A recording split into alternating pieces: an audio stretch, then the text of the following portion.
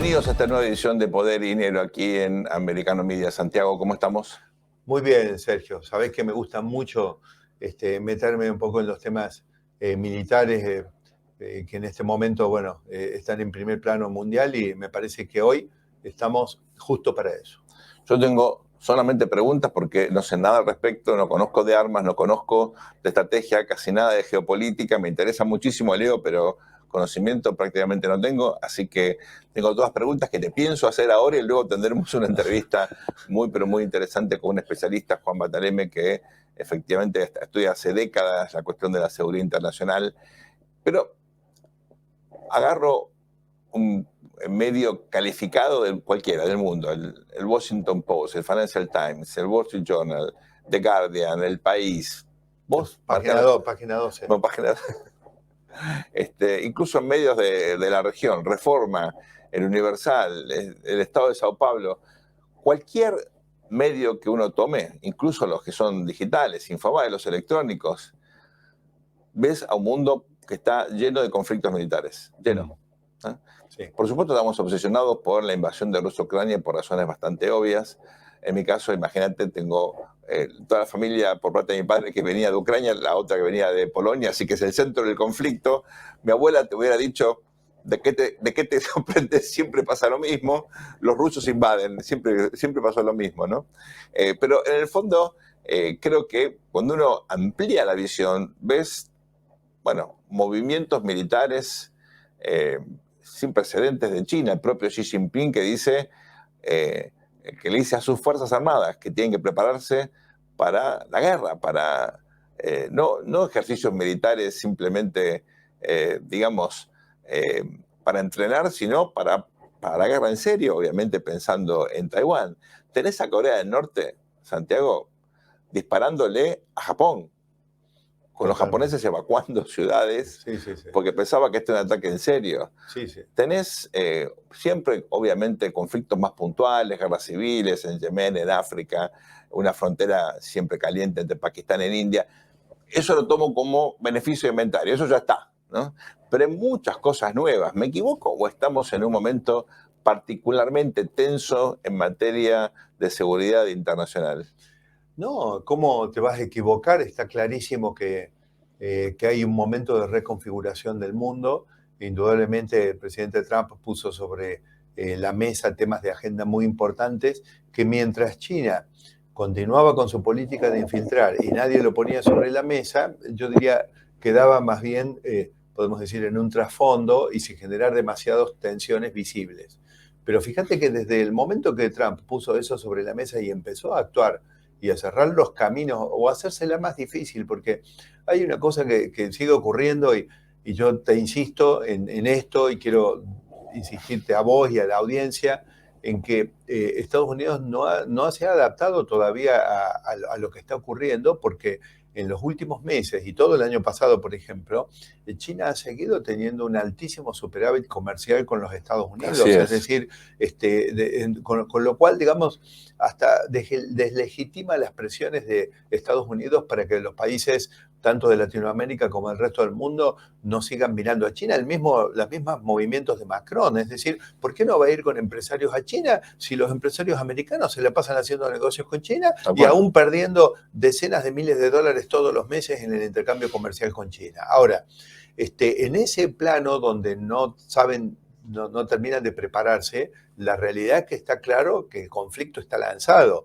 El conflicto en términos tecnológicos empezó con la detención de una alta autoridad de Huawei en un momento determinado, acusado por Estados Unidos de espionaje. Esto fue hace unos 3 años. La hija del dueño. La hija nada más ni nada menos que la hija del dueño. Continuó con las restricciones para que empresas chinas operen con libertad y ni hablar de la campaña mundial que está encabezando Estados Unidos contra Huawei por el tema del 5G. Entonces, también guerra comercial porque hay cadenas que ya se están yendo de China con el tema de la reglobalización, que para mí es una desglobalización parcial, bajo el paraguas de nearshoring, friendshoring, lo que fuera, pero hay un retroceso en la globalización. Retroceso en una bandera que Estados Unidos llevó en alto durante décadas. Así es. Ahora, si yo estoy teniendo menoscabada, lastimada o disminuida mi globalización, que fue mi bandera, quiere decir que hay una guerra y Estados Unidos no la está ganando, porque está teniendo que arrear banderas.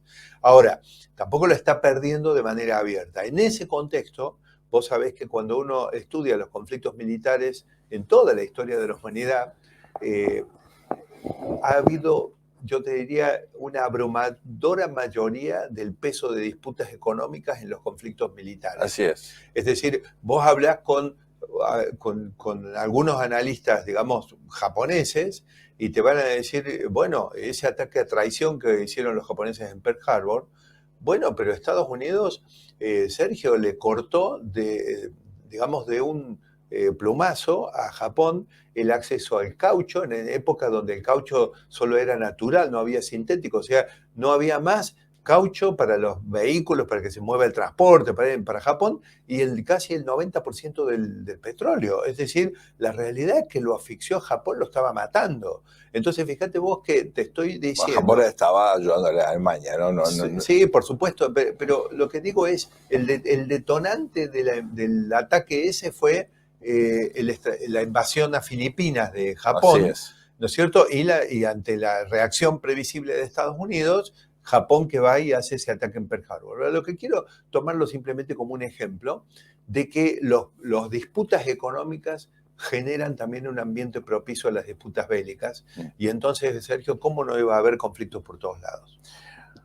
Santiago, estoy obligado, yo aún en las situaciones más extremas trato de sacar o buscar alguna lección positiva, ¿no? Lo que yo llamo lo bueno de lo malo. Siempre hay circunstancias complejas, pero hay emergentes positivos. Por ejemplo, muchas veces las guerras nos han ayudado a mejorar tecnológicamente. Hubo saltos importantes en materia tecnológica o logística. Siempre las guerras. ¿Verdad? Siempre. ¿Hay algo bueno en lo que está pasando ahora? Dios mío, bueno, la verdad que mientras está transcurriendo el conflicto y hay tanta sangre derramada, Sergio, resulta muy duro identificarlo, ¿no? Pero indudablemente yo pienso que a nivel de la eficiencia en el aprovechamiento de la energía acá va a haber un paso adelante. Y también me parece que puede haber un paso adelante en términos de encontrar un equilibrio respecto a la evolución cultural de la humanidad y especialmente la que está impulsando Occidente. A mí me parece, Sergio, que todo este delirio de la cultura woke, de poner, sobre representar minorías en ámbitos donde no tienen la idoneidad solamente porque son minorías. Es decir, yo entiendo por qué se quiso hacer todo eso, pero date cuenta que los sistemas militares, económicos, tecnológicos, que no son operados por los más capaces, tienden a perder ventajas respecto a cualquier adversario. Me parece que esto puede ser una ventaja para Occidente de obligarlo a decantar más rápido, y si bien yo reconozco que había una evolución posiblemente que hacer, digamos, para aceptar cosas que en algún momento eran difíciles de aceptar, me parece que el péndulo se fue para el otro lado y puede encontrar el equilibrio más rápido. A veces vos te referís a un término de siesta estratégica, ¿no? Que Occidente estaba... Siesta estratégica, sí. Me encanta el término. Porque...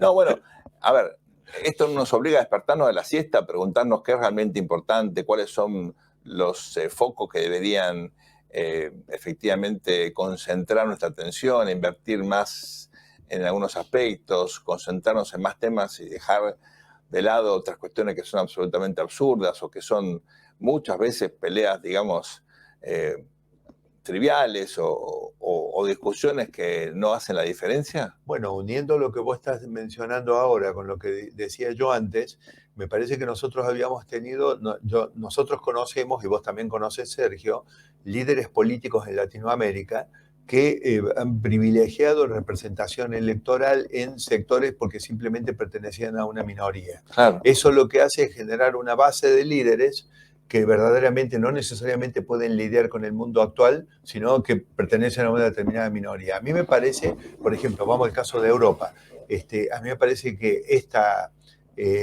toda esta crisis que se genera ahora en los conflictos bélicos van a llevar a un recambio de dirigentes y posiblemente, digamos, dirigentes donde surjan una nueva camada de dirigentes que no sean seleccionados por pertenecer a una minoría, Claro. sino por ser capaces de proponer una salida a esta situación. Te das cuenta que estamos hablando de cuestiones militares, de armas, de geopolítica, y esto termina obviamente derivando en cuestiones bastante más filosóficas, profundas, y que nos, creo yo, no nos cuestionan, nos interpelan, incluso como comunicadores o como gente que reflexiona sobre la realidad, porque en definitiva el mundo militar es parte de una realidad compleja donde, bueno, siempre hemos tenido guerras por algo, ¿no? Claro. Entonces, Lamentablemente a veces han sido porque había fabricantes de la industria de armas que se sí, querían llenar los bolsillos, ¿no? Eso no me gusta. muchas veces el conflicto es parte del fracaso de la política, creo que eso también Claro, es así, y a veces los políticos quieren disimular sus fracasos con conflictos. claro, Cuidado con eso, ¿no? sí lo Vamos a un programa sabremos. hoy focalizado en estas cuestiones, vamos a entrevistar a un especialista, Juan Bataleme, nos va a permitir meternos en estos temas con una perspectiva bien, bien interesante. No se vayan, volvemos en un ratito con más poder y dinero aquí en Americano Media.